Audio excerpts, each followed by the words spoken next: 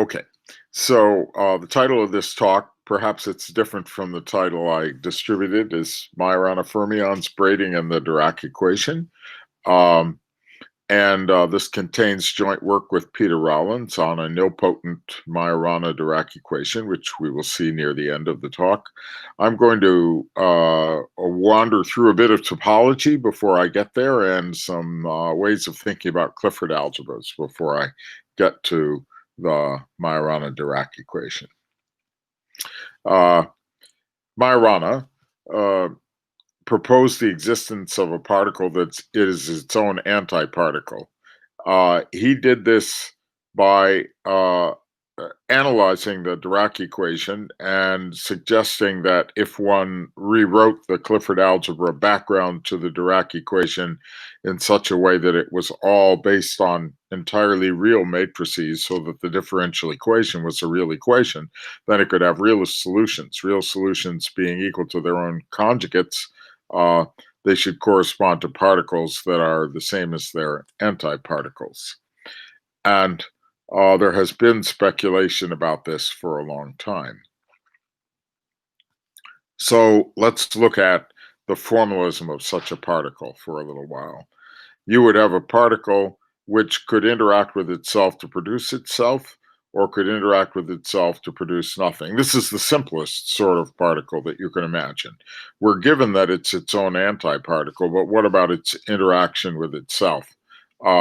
Perhaps it produces many other particles, but the simplest sort of Majorana fermion would be a particle that interacts with itself just to produce itself, and interacts with itself to produce nothing, depending on the situation. We'll come back to that. For a standard fermion, there's an annihilation operator, which I could have written as psi as customary, but was on a funny word processor here, and a creation operator, F star, and these correspond to the fact that the particle is distinct from the antiparticle. You have that F squared and F star squared are zero, nilpotency here. That corresponds to Pauli exclusion principle. And you also have a standard equation, which we'll come to later. It is usually postulated in analogy to the corresponding commutator for bosons. But the equation is that FF star plus F star F is equal to the identity. Now I want to talk about another algebra that's related to this. You'll see why I say this in a moment, but the creation annihilation algebra for a Majorana fermion, somebody equivalent to their own antiparticle, can be thought of as a small Clifford algebra. That is, a squared is equal to the identity, and if there are more of them, you have a Clifford algebra. They will anti-commute with each other, and so if you had two, you would have AB plus BA equals 0, and A squared equals 1, and B squared equals 1, a little Clifford algebra. Now, we'll also see some deeper reason for this later, but a very nice way to think about it is just the algebra of this. So suppose that I have a Clifford algebra, A and B, anti-commuting and squaring to 1, and I were to define U to be equal to A plus IB over 2 and U star to be equal to A minus IB over 2, given that A star is A and B star is B, and I is the square root of minus 1, commuting with everybody in sight.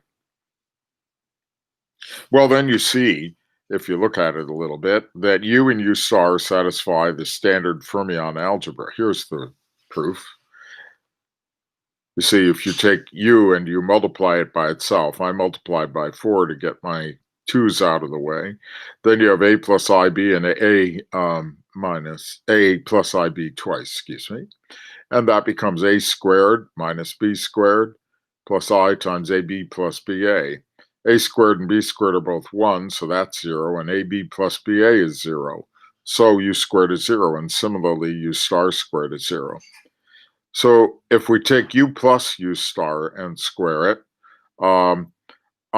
you see we're going to get U squared and U star squared, and then we're going to get the middle term, U star plus U star U. But U plus U star, as you can see from the top of the slide, is just A, so that's 1 squared. So you see that the algebra for the fermion comes from the Clifford algebra in this way. And so if you had a good reason for either of those algebras, they would co-determine each other. And this leads to a speculation which seems very abstract and wild from this point of view, that a fermion could be thought of as two particles, two Majorana particles, since their operators decompose this way. So is there any substance to such a speculation? Good question. I'll come back to that too. I want to talk about iconics for these particles a little bit. And part of this is motivated by D. Spencer Brown's invention of a logical particle that interacts with itself to either confirm itself or to cancel itself. This interaction combined with recursion leads both to matrix algebra and to the very elementary mathematics of fermions. You'll see. So Spencer Brown's situation isn't motivated by the physics I talked about. It is motivated by thinking about mathematics, containment, distinction. It is indicated by a right angle bracket, which is meant to be shorthand for a distinction in the plane, a little box. If you complete the right angle bracket to a rectangle or a square, then you can think of that rectangle as enclosing what's inside the square and disclosing what's outside the square. And a right angle bracket can be placed inside itself or next to itself. And then the rules that Spencer Brown adopts are that when it's inside itself, it annihilates to nothing, which I've written. I've written nothing, not a good idea, but I have indicated nothing by a star. And I have put it next to itself, and in which case it can condense to itself.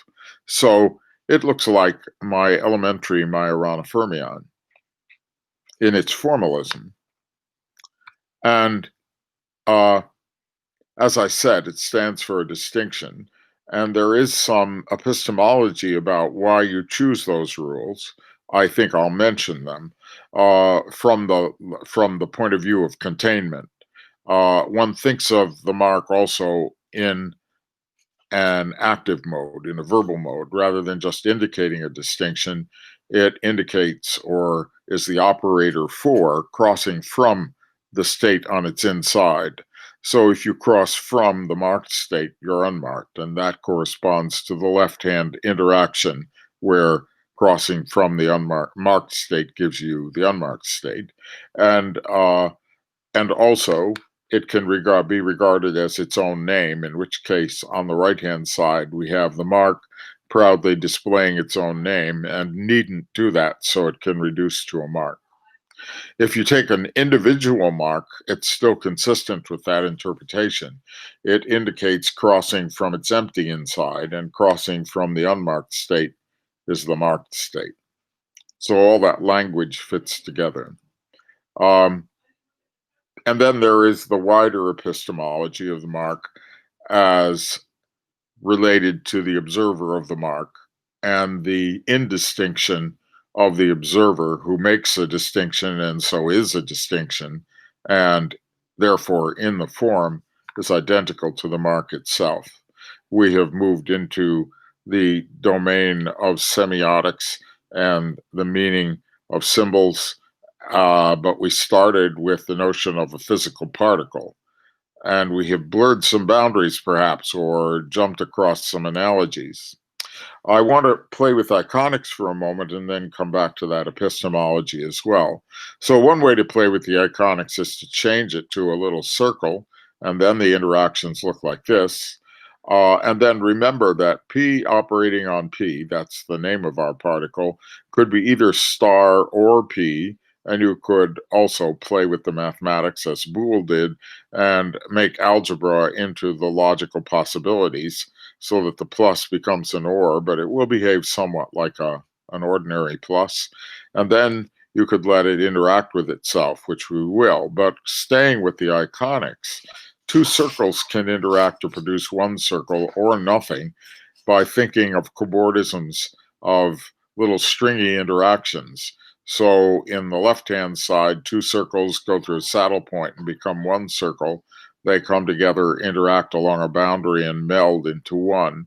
Or you could have two circles go all the way down to nothing by allowing the remaining circle to disappear, or by having concentricity where the circles come closer and closer and closer and finally meld into a non-standard critical point of a circle of critical points at the bottom and disappear.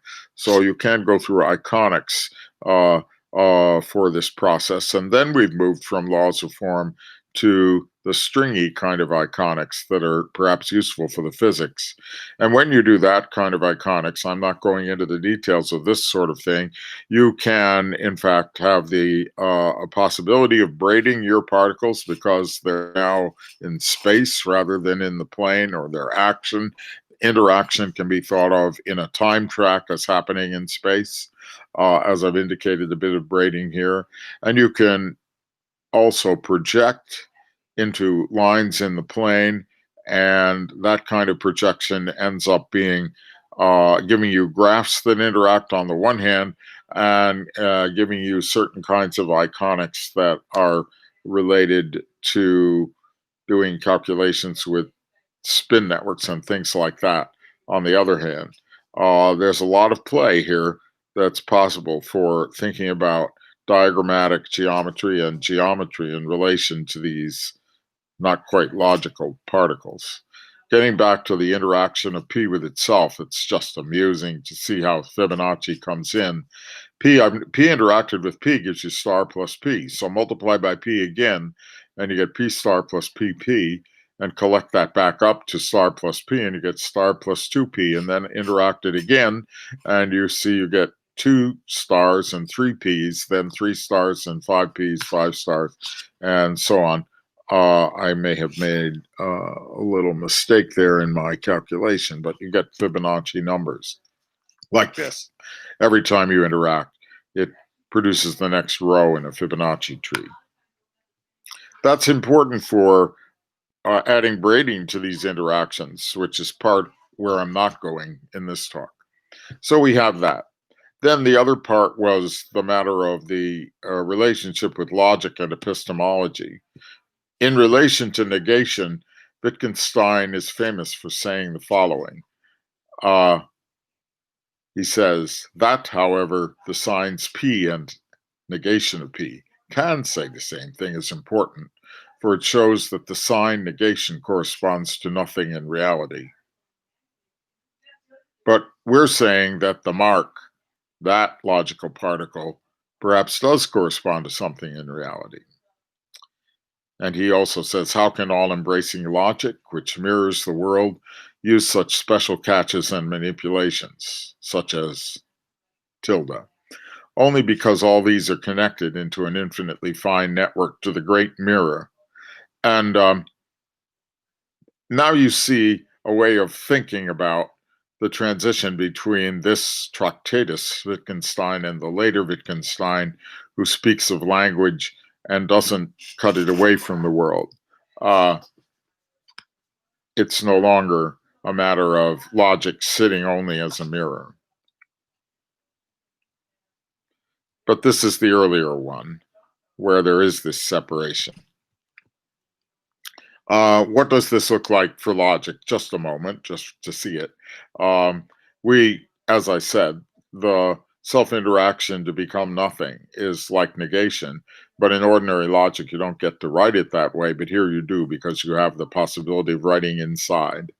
And then it becomes ordinary logic by doing what you see on this slide, which I won't speak to, but this is what some of the interactions might look like, or with circles. And that iconics speaks to the notion of the circles becoming vortices and the particles becoming quasi-particles of vortices in a plane, and the braiding of them being of interest if one could only observe it. Now, I want to talk about genesis of algebras in relation to that same notion of containment. And so I'm talking about a process of concentricity, of always inserting it into itself, of self-reference or reentrance, which can be thought of either as building up space or as occurring off into time. And I want to show you how fermion algebra occurs in relation to that process of going off into time. If you go off into time, then you're oscillating. You keep re-entering the mark into itself, and you begin 0 unmarked, 1 marked, or the other way around, whichever you care to think of it. Let's say 0 is marked and 1 is unmarked for multiplication, since 0 is dominant. And I'll just use 0 and 1 here. And we go in this clock between 0 and 1. I talked about a clock earlier in the other lecture, but I used -1, 1, and I wanted to go back to the simplest one, where it's just presence and absence, 0 and 1. And the two ways of viewing the oscillation are 0 and then 1, or 1 and then 0. And we combine these as we would combine adjacent waveforms by adding or multiplying in the corresponding slots. And I have an extra operator whose buttress on either side of a 0, 1 turns it into its conjugate 1, 0. And that operator squared is equal to 1. So this operator acts as a time shifter. If you put it next to a 0, 1 on the right and then put it across it, it becomes that operator times 1, 0. And now let's look at this algebra for a moment. P squared is P. 0, 1 and 0, 1 in the same place, and you get it back. And Q squared is Q. And PQ is 0. And P plus Q is 1. And we'll take the temporally sensitive operators, P eta and Q eta. They will shift as well as combine when they multiply by each other. And if you take U squared, you see you get P eta, P eta. P eta is P eta, P eta. And eta, P eta is Q. And PQ is 0. So U squared is 0. And U star squared for the same reason is 0. And what about U plus U star? Well, U plus U star, if you look back to the definition of U and U star, is P plus Q times eta, but P plus Q is 1. So U plus U star is eta. And that means that U plus U star quantity squared is 1, and U squared and U star squared are 0. So that says that U star plus U star U is 1, and we have the fermion algebra. We have the fermion algebra just intimately associated with the oscillation of 0 and 1 once you take into account time. It occurs in the most elementary way. Make of that what you will. I'm trying to make of it what I will. On the other hand, there is going to the oscillation and thinking of it like I equals -1 over I as an oscillation not between presence and absence, but between -1 and +1, another level of presence and absence, if you like. And then you have an oscillation with between you have two views of -1 +1 and +1 -1. And now indeed we get square root of -1 coming out of this if we use the time shifter the way we did before. And the time shifter is exactly the same as before. Eta squared is still 1, and I concatenate processes as I just described to you. It could have been 0s and 1s. It could have been 1s and -1s. Here we take I equal to 1 minus 1 eta, and if we multiply I by itself, then eta 1 minus 1 eta shifts it to -1 1, and you see that we get -1 for the product. So we obtained I in the framework of an oscillation or an ambiguity between +1 and -1. And that's a small Clifford algebra. So we arrive at the small Clifford algebra in this way. E squared being 1 minus 1 has square 1. And eta squared has 1 by definition. It's at a different level. It's the time shifter, but at the algebra level, you can forget where it came from, and they're at the same level as entities whose squares are -1 and they anti-commute. So this is a way of thinking of the development of a Clifford algebra. So at this point, we have not just the square root of -1 that has emerged, but the non-commutative algebra of the split quaternions generated by E and eta, that Clifford algebra. And in fact, it's matrix algebra, as we'll see in a second. But note that we've shown that the fermion algebra is primordial, related just to oscillation of a distinction. And the Clifford algebra occurs at the arithmetic level with this extended polarity of -1, 0, and 1. And notice also that -0 equals 0. So if you think that the inheritor of negation at the level of arithmetic is minus, then 0 becomes a self-referential or reentrant form. It becomes the solution to not x equals x. It becomes the liar paradox, or the intermediary, and indeed it is an intermediary between -1 and 1. I think this is not often remarked because the history of the development of arithmetic through 0 and then into the negative numbers was at the level of the interpretation of number and measure and area, and was not regarded as a logical problem at all, just the logical problem of interpretation of the meaning of it. But the meaning of it reaches back all the way to the Boolean and to our logical particle. Matrix algebra, yes, it is matrix algebra if you interpret it correctly. The eta can be thought of as an anti-diagonal matrix, 0, 1, 1, 0, and then it all fits and becomes matrix algebra and generalizes appropriately, not something we need for this talk, except we will freely use matrix algebra at some point. For example, a nice piece of matrix algebra in this framework is to think of the matrix, the Hermitian matrix T plus X, T minus X, Y plus IZ, Y minus IZ, representing a space-time point.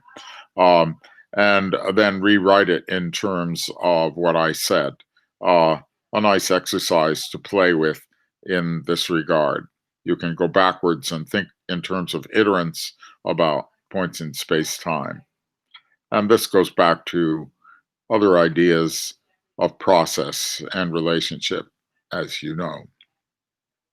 So we've shown how Clifford algebra emerges naturally from the discrete dynamics of the square root of -1. And now I want to talk about the braiding, and then we'll talk about the Dirac equation. So now I'm thinking about a row of electrons. A row of n electrons could be regarded as a row of 2n Majorana fermions if you allow that speculation. Some people have allowed the speculation. This goes back a little ways to around 2000 when Alexei Kitaev wrote a paper in which he analyzed the quantum field theory of such a row of electrons. And around the same time, Ivanov wrote a paper about what it would be like for Majorana fermions to move around one another and braid. That's the way one thinks physically about braiding in relation to particles moving in a plane. Particles move around one another in a plane. Their time track gives you trajectories which are twisting around one another and can be braided. And more recent papers thinking about the physics of this and trying to interrelate it with the Josephson effect of the neighboring electrons, and working with nanowires to get the electrons into a row, and using the same decomposition that I mentioned before.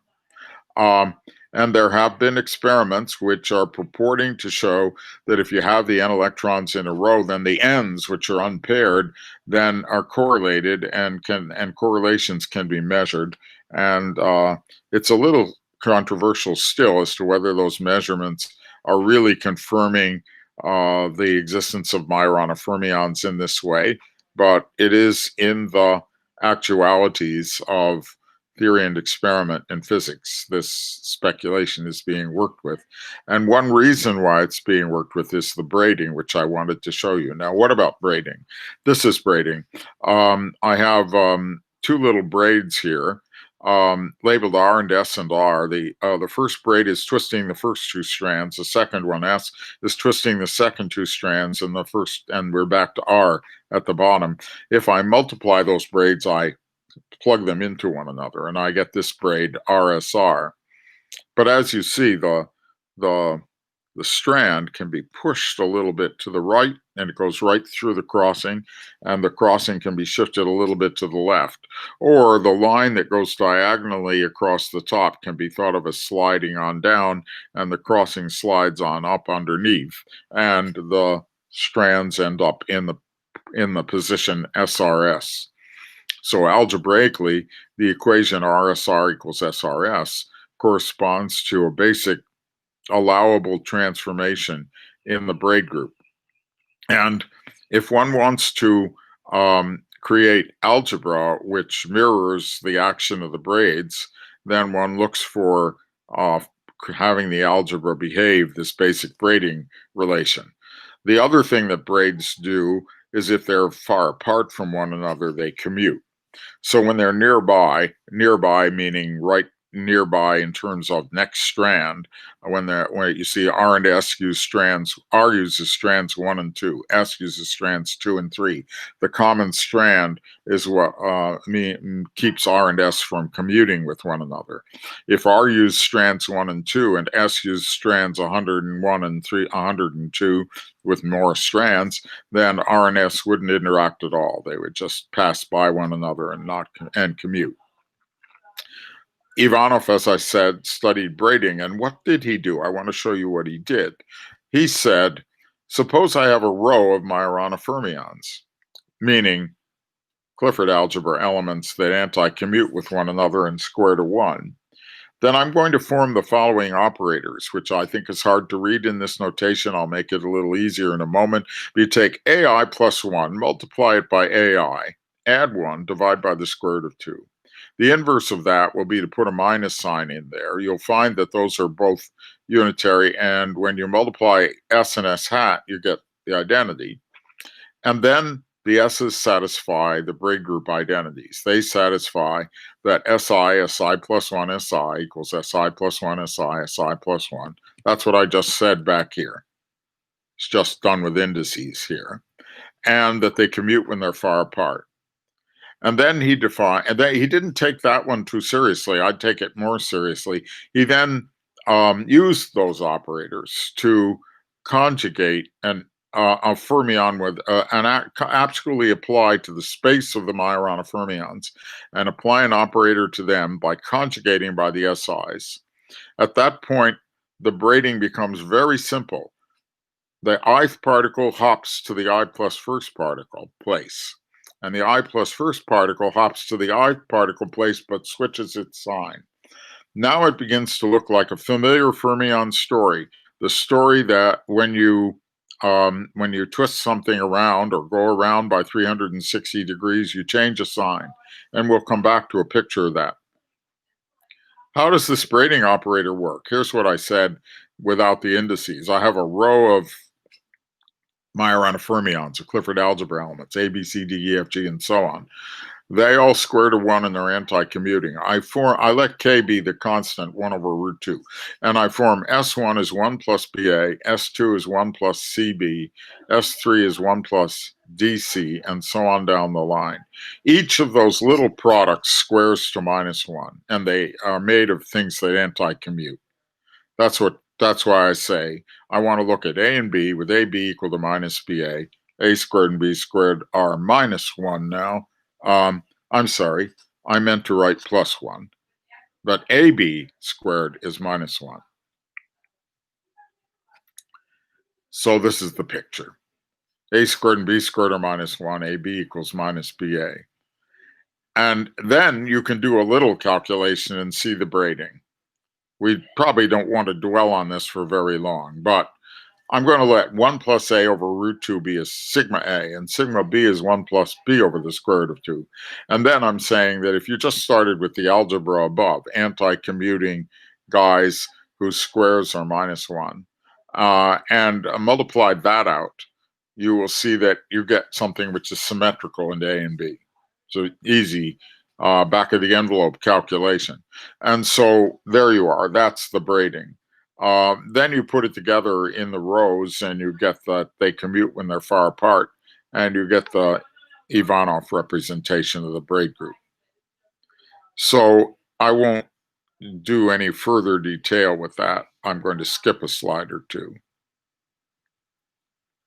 But I won't skip this one because this is illustrating what I just said. Suppose you started with the quaternions. That's a good example of having each of those elements have square -1. And they can be built from Majorana fermions. 3 Majorana fermions build the quaternions for you. See? You take BA, CB, and AC, and each of those squares to -1, and you can check that IJ is equal to K, and that JK is equal to I, and so on. So you get the quaternions. And then it's in the quaternions that we're building this representation of the braid group. You see? 1 plus I, 1 plus J, 1 plus K. And then you'll find that those satisfy braid group relations. So the quaternions and braiding are very closely related to one another. And quaternions and these Clifford algebras just go back and forth, talking to one another in that way. This is a restatement of what I told you about Ivanov, and so we needn't look at it very carefully, except to draw a picture of what he did. You see, here's the Majorana fermions, and if 2 of them exchange, that's a braiding between them, then it's just like the belt trick, except a little more refined. If you have a belt attached to each of them and you interchange them, then the belt acquires a 360-degree twist. Under the usual circumstances of talking about fermions and the belt trick, that's as far as you can go. The belt is twisted. That has to do with both particles, but there is no way of assigning that twist to one particle or to the other particle. It's like the picture on the right at the bottom of my slide. But following the algebra of the representation that I just described to you, and letting those operators act on the Majorana fermions, they interchange, and one of them gets the sign and the other doesn't. And that makes all the difference for thinking about a representation of the braid group as a whole. And it leads to a curious speculation as to what did happen here, and how is it that the sign that you usually think of coming from representing a rotation in space to a unitary transformation in the quaternions, how did it get associated with one rather than the other? Trace back through what we said. Think about the physics of that. There's more to think about. Now I want to talk about the Dirac equation. So for the purpose of this discussion, I'm going to assume that the speed of light is equal to 1 and that Planck's constant h bar is equal to 1, so that the relativistic equation between energy and momentum is E squared equals P squared plus M squared. And then you recall that Dirac's attempt to find a square root for the energy operator led him to look for an algebra alpha and beta here, so that E squared, if you wrote E as a linear combination, alpha P plus beta M, so that E squared would be equal to P squared plus M squared. And you have the algebra exercise here, which tells you that you can do that if alpha squared and beta squared are 1 and alpha and beta anti-commute. So there's our small Clifford algebra again. And so that told Dirac what to do. And on the other hand, you know that we wish to represent the energy operator as I d by dt and the momentum operator as minus I d by dx.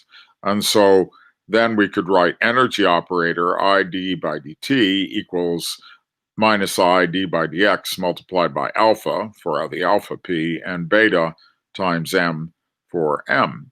And that gives the Dirac equation in one dimension of time and one dimension of space.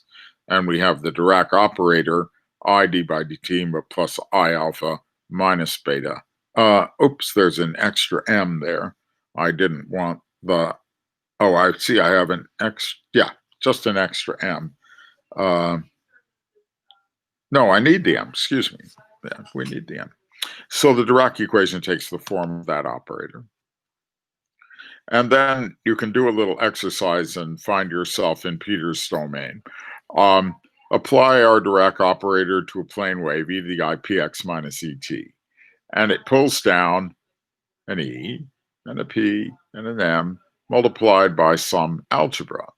And let's look at that algebraic front, call it delta. And I'm going to multiply delta by beta alpha.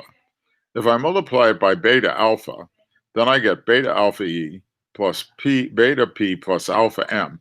And now I have three entities that anti-commute, beta, alpha, and alpha. And they don't all square to 1. Beta squares to 1, alpha squares to 1, and beta alpha squares to minus 1, as we've seen. So when you square u, you get negative e squared plus p squared plus m squared. The anti-commuting cancels all the cross terms. And so that equals 0 because we are in the place where energy squared equals momentum squared plus mass squared. So that this is nilpotent. And this nilpotent element leads to a plane wave solution to the Dirac equation as follows. Multiply things by beta alpha. And so we get that beta alpha u times e to the I times px minus et is a plane wave solution to Dirac. And the nilpotent element occurs in the front of that. So it's better to reformulate. This is just a description of Peter's method of shifting to a nilpotent and finding a solution to the Dirac equation. I'll recapitulate with the operators. Here are the operators. And here's the operator for the Dirac. And here's the Dirac operator at the bottom multiplied by the beta alpha. So I get a new operator, and that new operator will give me u directly. So I just shift the Dirac operator by beta alpha. That's Peter's move. And then we have that u times e to the I px minus et is the fermion, in the sense that if you apply the Dirac operator to it, you get u squared, gives you 0. So this is this tells you that the u should be thought of as the fermion operator, and the e to the I is the continuous part that is giving you the solution, and everything has split into the algebraic part and the part that has the continuity and the phase related to it, two pieces separately, and you should think separately about each and how they combine.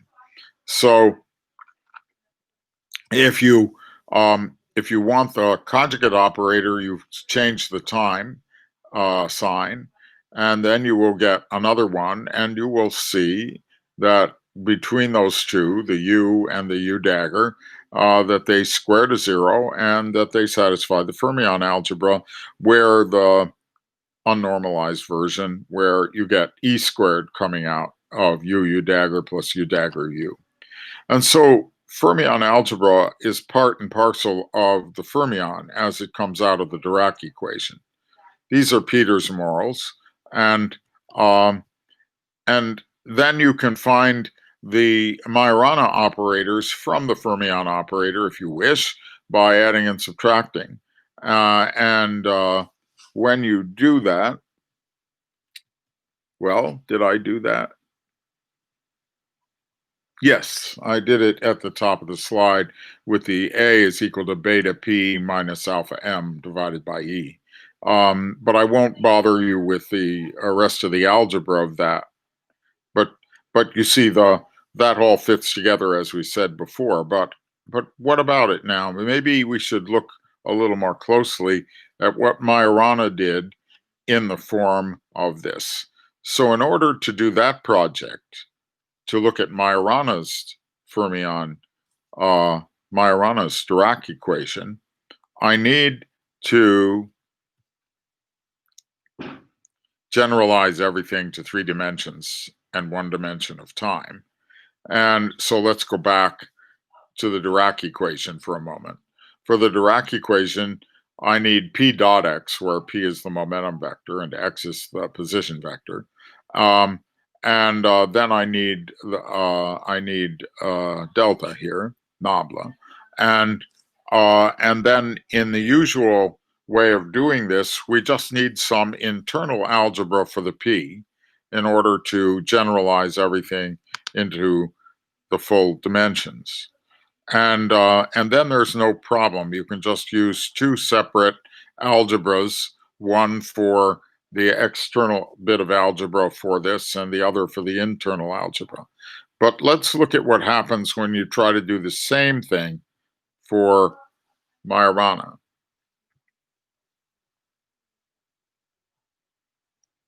So I want to get a full Dirac equation in the Majorana framework of having no complex numbers.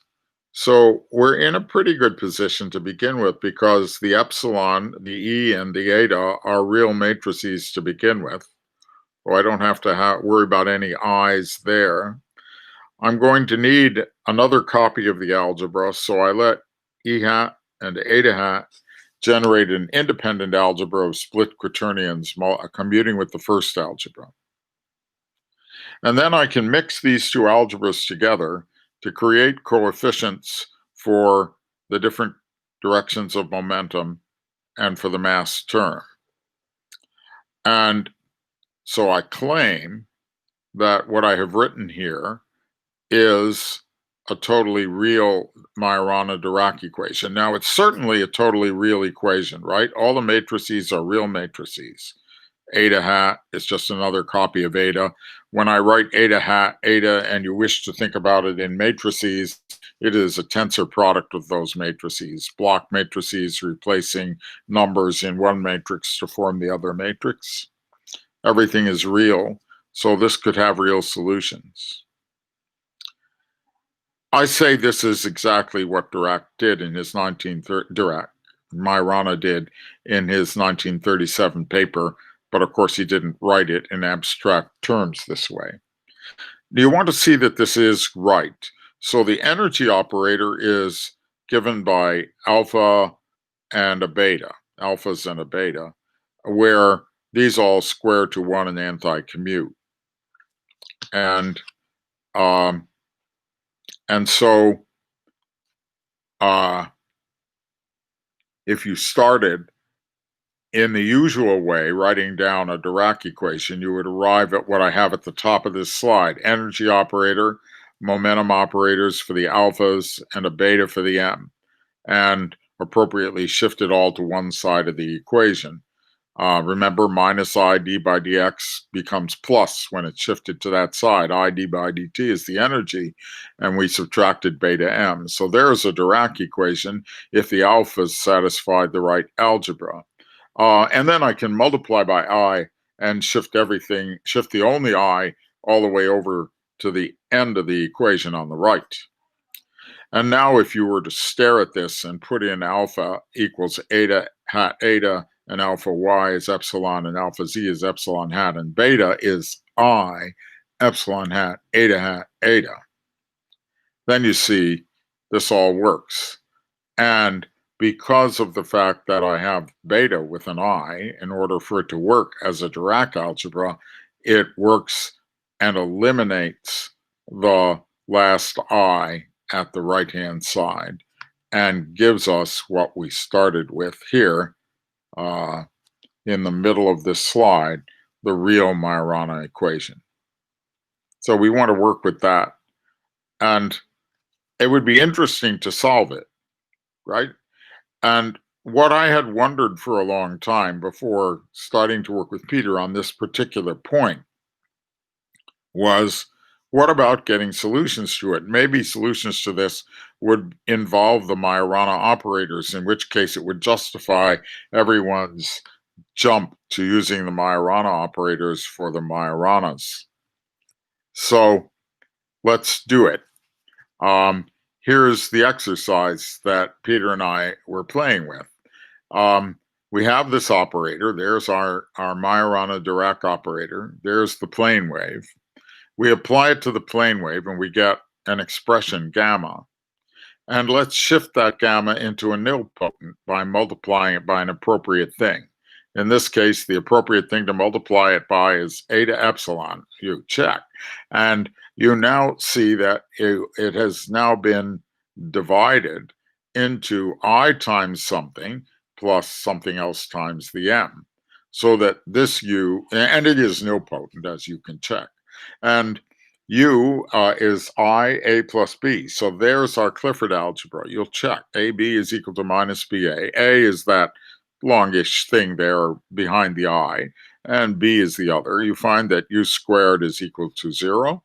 B squared equals minus m squared. A squared is equal to minus m squared. So this peculiarly is now pivoting not on energy, but on mass. And we have a new Majorana-Dirac operator, which is written this way. And we get a solution, because if we take the u that we had and we apply our operator to u psi, we'll get u squared psi equals 0. So u psi is an actual solution to the differential equation. So the Peter's nilpotent method works fine to get us a solution which is complex to the Majorana-Dirac equation. But of course, it's a real equation. So we can take the real part and the imaginary part, and then we will get real solutions. So we have u psi is equal to a plus bi times e to the I omega, where I wrote omega for p dot x minus et. And now you just multiply that out in the usual way you would in differential equations and separate out the real and imaginary parts. But you see, this fits the story just the way we might have hoped. The one we took the real and imaginary parts, we ended up with the algebra that interrelates with the waveforms, cosine and sine, is now the Majorana algebra. So the Majorana algebra really is interrelated with the solutions to the Majorana equation in this way. And this needs more investigation. It's not the end of the talk, it's really the start of an investigation. Let me see if there was a little more I wanted to say. Well, this is what I just said, that we see that via the nilpotent approach to the Dirac equation, Majorana operators are directly related to real solutions to the Majorana-Dirac equation. I did want to make a couple more comments, and then we'll stop. If you go to the Feynman checkerboard approach, that's a two-dimensional, one dimension of time, one dimension of space way of thinking about the Dirac equation. And there you have, because you were dealing with 2x2 matrices to begin with, and then stripped it a little bit, you end up just with some eyes and paths in a two-dimensional lattice, one dimension of time, one dimension of space. And the amplitudes are given by paths and are tracked by powers of I for the cornering of the paths, or more subtly if you do it other ways. And then the point I wanted to make is that there are cases where it's strictly real, depending on how you set the 2x2 algebra. So here you're also looking at a Majorana-Dirac equation in the sense that this has strictly real solutions. And then the I is still appearing as the kind of operator that would switch a psi 1, psi 2 to a minus psi 2, psi 1 happening in that level. And there's more to think about in relation to how how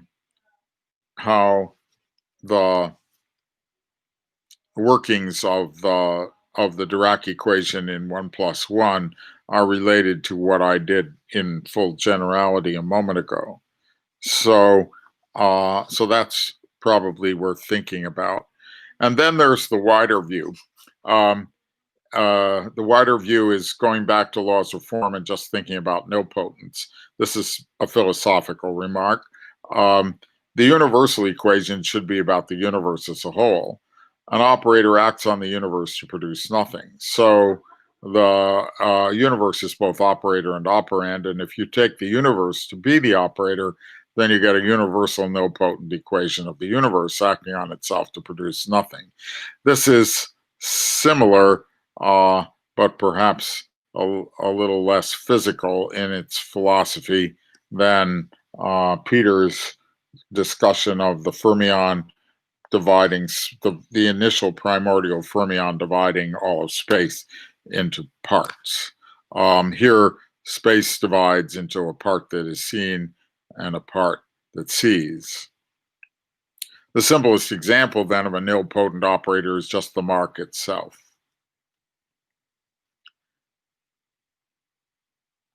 And so we're looking at the physics writing itself in terms of itself.